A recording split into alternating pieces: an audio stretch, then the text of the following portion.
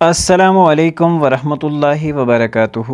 عزیز طلباء و طالبات، آپ سب کا خوش آمدید ہے ہمارے یوٹیوب چینل جے کے بوس فاؤنڈیشن کلاسز میں۔ پیارے بچوں، آج ہم جماعت چھٹی کا اردو میں سبق نمبر 8 جس کا نام ہے سوامی وویکانند پڑھنے جا رہے ہیں۔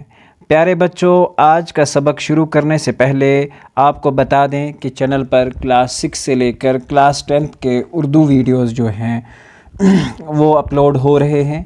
تو پیارے بچوں، آپ چینل کو سبسکرائب کر کے پلے لسٹ میں جا کر باقی کلاسوں کے ویڈیوز بھی دیکھ سکتے ہیں، اور آنے والے وقت میں ہم آپ کو اپنی چینل سے باقی سبجیکٹس کے لیکچرز بھی پرووائڈ کریں گے۔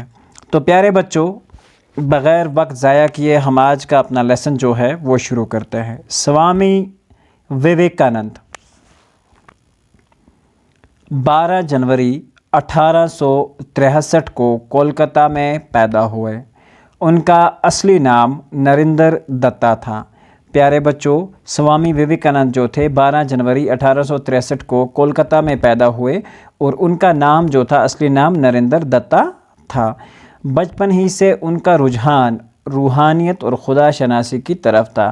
پیارے بچوں، بچپن سے ہی ان کا جو رجحان تھا، یعنی کہ زیادہ جو ان کی شمولیت تھی، جو ان کا اٹریکشن جو زیادہ تھی، وہ روحانیت کی طرف تھی، اور خدا شناسی یعنی کہ خدا کو پہچاننے کی طرف جو ان کی نظر جو تھی ہمیشہ اللہ کو ڈھونڈتی رہتی تھی، ہمیشہ بھگوان کو ڈھونڈتی رہتی تھی، جو ان کے والدین کا تربیت کا اثر تھا، جو ان کے والدین کی وجہ سے ہوتا ہے۔ تو پیارے بچوں، کسی بھی بچے کے اوپر جو اثر ہوتا ہے ان کے والدین کا بہت زیادہ اثر ہوتا ہے۔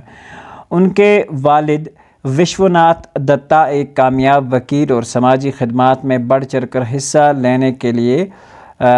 لینے والے بے لوث شخص تھے۔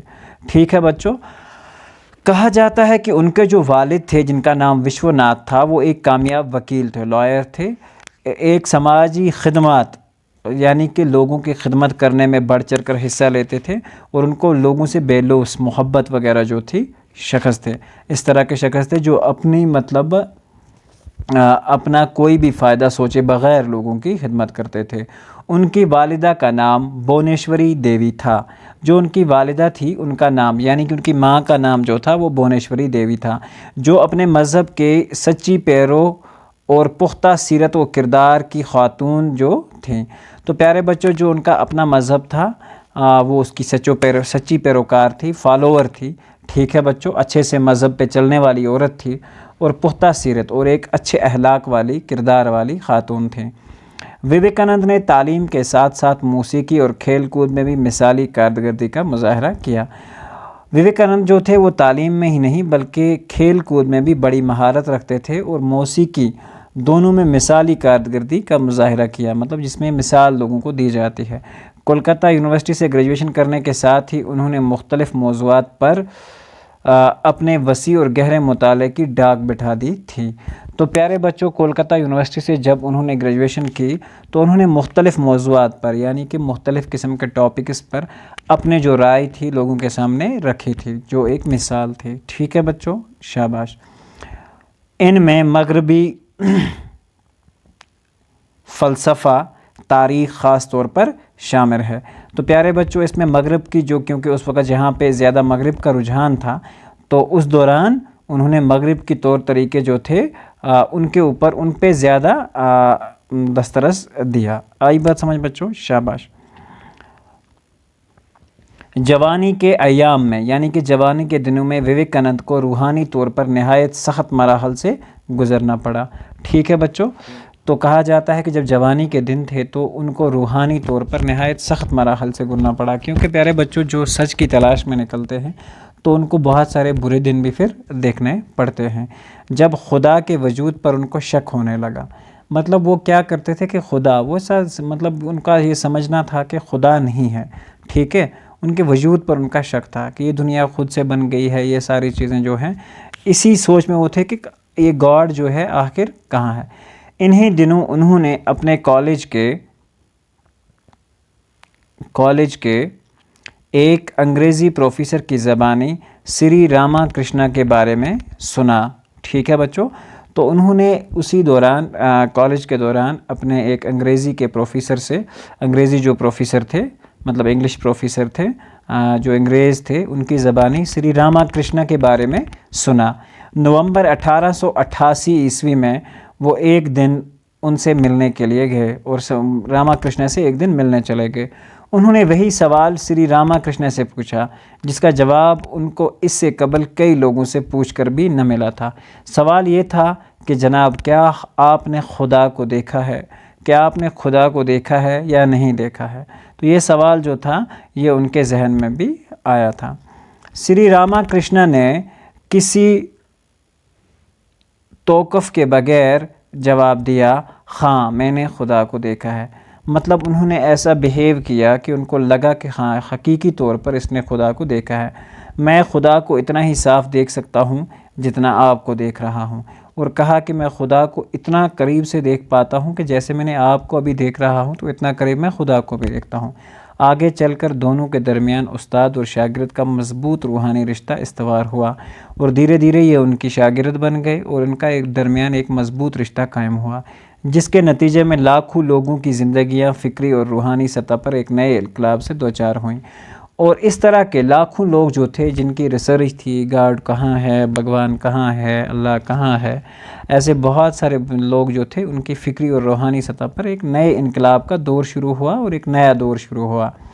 سوامی وویکانندا کو راما کرشنا مشن کا بانی کہا جاتا ہے۔ انہوں نے ایک مشن سٹارٹ کیا، آپ ہسٹری میں بھی کلاس 10 میں جا کے یہ ساری چیزیں پڑھو گے۔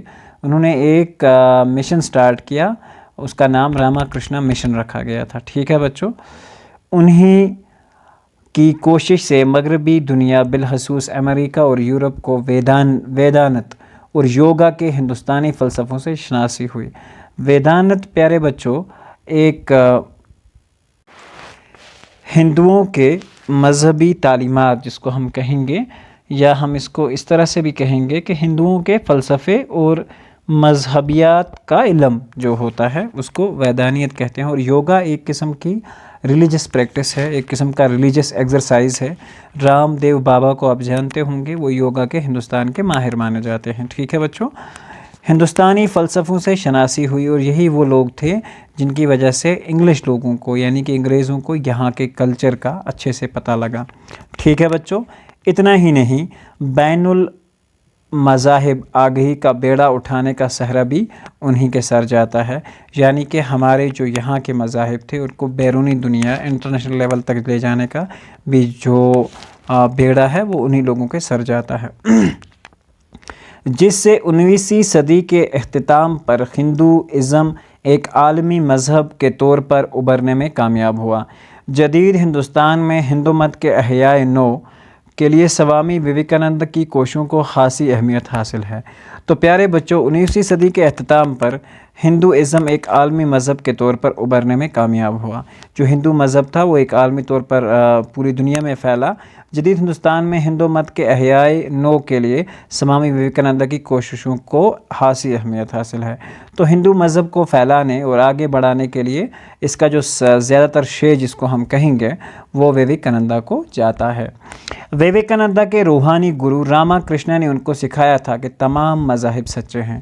انہوں نے اپنے جو گرو یعنی کہ اپنے استاد سے جو سیکھا تھا کہ دنیا کے تمام مذاہب جو ہیں سچے ہیں، کوئی بھی مذہب جھوٹا نہیں ہے، اور انسانیت کی خدمت ہی خدا کی بڑی عبادت ہے، اور لوگوں کی خدمت کرنا، غریبوں کی مدد کرنا، لاچاروں کی مدد کرنا، یہ ساری جو چیزیں ہیں یہ سب سے اعلیٰ ہیں، یہ سب سے بڑی عبادت ہے۔ اپنے گرو کے وفات کے بعد وویکانند طویل سفر پر نکلے اور بستی بستی گھوم کر لوگوں کی حالت کا اپنی آنکھوں سے مشاہدہ کیا، اور کہتے ہیں کہ اپنے جب گرو کی وفات ہو گئی تو وہ ایک لمبے سفر پر نکل گئے اور ہر ایک بستی میں گھوم کر لوگوں کی حالت کا اپنی آنکھوں سے مشاہدہ کیا، لوگوں کی حالتیں دیکھی کہ لوگ کس طرح سے سفر کرتے ہیں۔ انہوں نے امریکہ اور یورپ کا سفر بھی کیا اور وہاں لوگوں کے سامنے ہندو مت کا فلسفہ بیان کیا، اور وہاں جا کے انہوں نے ہندو مت کی جو تعلیمات تھی لوگوں تک پہنچائی۔ وویکانند نے اپنے نظریات کی بنیاد ویدانت فلسفے پر رکھی جو ہندوؤں کے مذہبی فلسفے ہیں۔ انہوں نے اپنے پیروکاروں کو ہدایت دی کہ وہ پاک دل اور پاک نظر ہو کر رہیں اور خود غرضی اور لالچ کو چھوڑ دیں۔ تو انہوں نے اپنے چاہنے والے اور اپنے ہندو مذہب کے لوگوں سے کہا کہ آپ خود غرضی نہ کریں اور لالچ کو چھوڑ دیں۔ انہوں نے انسان سازی کو اپنا مقصد قرار دیا۔ انسان سازی سے بچوں مراد ہوتا ہے انسان بننا، اچھی ترغیب دینا یا مہذب بننا، تمیز دار انسان بننا۔ ٹھیک ہے بچوں، اپنا مطلب پہلا پریفرنس جس کو ہم کہیں گے، ان کا ماننا تھا کہ ہمیں انسان سازی کے اوپر زیادہ کام کرنا چاہیے۔ اپنی غیر معمولی صلاحیتوں اور علمی و عملی سطح پر اپنے بے لوث کوششوں کی بدولت ان کو جدید ہندوازم میں سب سے زیادہ بااثر شخصیت مانا جاتا ہے۔ کہا جاتا ہے کہ عملی ان کوششوں کی بدولت آج کل کا جو ہندو مذہب ہے ان میں سب سے زیادہ بااثر، یعنی کہ ایسا شخص جس کا اثر سب سے زیادہ ہو، مانا جاتا ہے۔ انہوں نے ہندوستان اور اس سے باہر ہندو مت کے اندر ایک نئی روح پھونک دی۔